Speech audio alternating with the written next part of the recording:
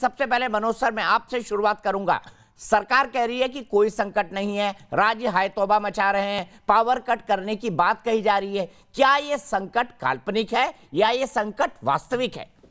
देखिए, ये संकट काल्पनिक तो कहीं से भी नहीं है, ये एक वास्तविक संकट है और हमें ये देखना है कि ये संकट हमारे सामने ने क्यों आया। इस साल भी हमारे देश में साल के पहले इस फाइनेंशियल ईयर के पहले 6 महीने में कोयले का प्रोडक्शन उतना ही हुआ है जितना कि पिछले साल हुआ था।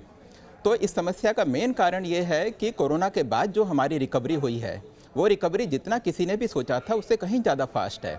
जब इकोनॉमिक रिकवरी फास्ट होती है, इसका मतलब जो हमारी फैक्ट्रियाँ बंद पड़ी थी, फैक्ट्रियाँ चलने लगी, इंडस्ट्रियल आउटपुट हमारा बढ़ा, वहाँ बिजली की डिमांड बढ़ी, मैन्युफैक्चरिंग में बिजली की डिमांड बढ़ी। और ये सिर्फ हमारे देश में नहीं है, पूरे संसार में ही ऐसा है। यूरोप में भी इकोनॉमिक रिकवरी बहुत फास्ट हुई, इसलिए वहाँ भी कोयले की डिमांड बहुत ज़्यादा बढ़ी है। चाइना में जो कोयले का संकट है, उसके पीछे भी जो मेन कारण है वो यही है। तो डिमांड बढ़ना एक अच्छी बात है और इस डिमांड बढ़ने के कारण पावर बढ़ी, और क्योंकि हमारा 70% जो हमारा पावर का जनरेशन है वो कोयले से होता है, इस कारण कोयले की डिमांड बढ़ी है। लेकिन साथ ही साथ जो सप्लाई हमें मैच करनी चाहिए थी इस डिमांड को लेके, हम लोग सप्लाई मैच नहीं कर पाए। उसके दो कारण हैं। उसके अगर हम इमीडिएट कारण देखें तो दो हैं मेनली। पहली चीज़ तो ये है कि जनरली क्या होता है कि अगर किसी चीज़ की डिमांड बढ़ती है तो हम उस चीज़ को इम्पोर्ट कर लेते हैं। लेकिन इस चीज़ में ये चीज़ संभव इसीलिए नहीं है क्योंकि पिछले 1 साल में इंटरनेशनल मार्केट में कोयले का दाम 4 गुना बढ़ गया, 5 गुना। जो पहले जो $50 पर टन के हिसाब से जो कोयला इंटरनेशनल मार्केट में था, आज वो $200 पर टन का है।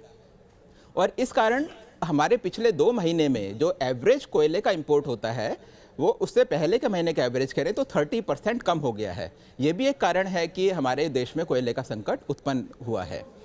हमारे देश में क्या है, हमारे देश में जो पावर जनरेशन कंपनीज़ हैं, अगर वो महंगा कोयला खरीदती हैं तो वो कंज्यूमर को पास ऑन नहीं कर सकती जैसा कि बाहर के देशों में होता है। उसका कारण ये है कि उन कंपनी का जो पावर परचेज़ का एग्रीमेंट है वो जनरली जो पावर डिस्ट्रीब्यूशन कंपनीज होती हैं उनके साथ होता है और उसमें प्राइस फिक्स होता है। और वैसे भी पावर हमारे यहाँ एक बहुत बड़ा पॉलिटिकल इशू है। दूसरी चीज़ क्या है कि जनरली अगर आप इंपोर्ट नहीं कर सकते तो कोल इंडिया, जो इसकी हमारे यहाँ मोनोपोली है करीब करीब, तो कोल इंडिया हमारे यहाँ ज़्यादा पावर जनरेशन कर सकता है।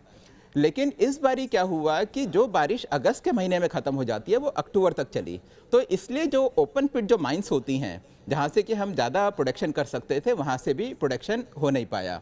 तो दीपक, ये तो इमीडिएट रीज़न है, लेकिन मेरा जो मेन कंसर्न है वो ये है बेसिकली कि अगर हम लॉन्ग टर्म देखें, अगर हम पिछले 5 साल देखें तो कोल इंडिया का जो एक्सपेंशन होना चाहिए था, उसकी कैपेसिटी का जो एक्सपेंशन होना चाहिए था, वो एक्सपेंशन हुआ नहीं। पहली चीज़ ये है, सन 2015 में कोल इंडिया के पास सरप्लस 35,000 करोड़ रुपए थे। तो कायदे से तो ये 35,000 करोड़ रुपए कैपेसिटी एक्सपेंशन के लिए अगर सरकार इसको लगाती तो आज ये समस्या हमारे सामने नहीं होती। लेकिन बजाय इसके इस पैसे का गवर्नमेंट ने डिविडेंड निकाल लिया।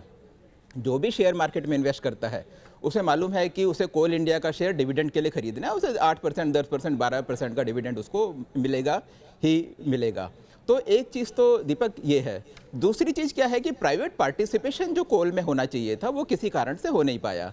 उसके पीछे एक कारण तो आपको ध्यान होगा कि फॉर्मर सीएजी विनोद राय जी ने, जिन्होंने बोला था कि इतना बड़ा स्कैम हो गया, उसके बाद सुप्रीम कोर्ट ने सारे के सारे लाइसेंस कैंसिल कर दिए, वो भी था। लेकिन उसके बाद भी जो प्राइवेट पार्टिसिपेशन है वो हो नहीं पाया। और एज ए नेशन हम लोगों को समझना पड़ेगा कि कोल हमारी रिक्वायरमेंट है, थर्मल पावर प्लांट हमें चाहिए, इन्वायरमेंट बहुत ज़्यादा ज़रूरी है, इन्वायरमेंट का प्रोटेक्शन होना चाहिए, क्लाइमेट का प्रोटेक्शन होना चाहिए। लेकिन हमें अगर अपनी इकोनॉमिक ग्रोथ करनी चाहिए तो हमारे पास एक सॉलिड अच्छी पॉलिसी होनी चाहिए जिससे हमारा कोल का जो डोमेस्टिक प्रोडक्शन है वो बढ़े। 10% संसार का कोयला हमारे पास है, उसको हम अच्छे से इस्तेमाल कर सकें।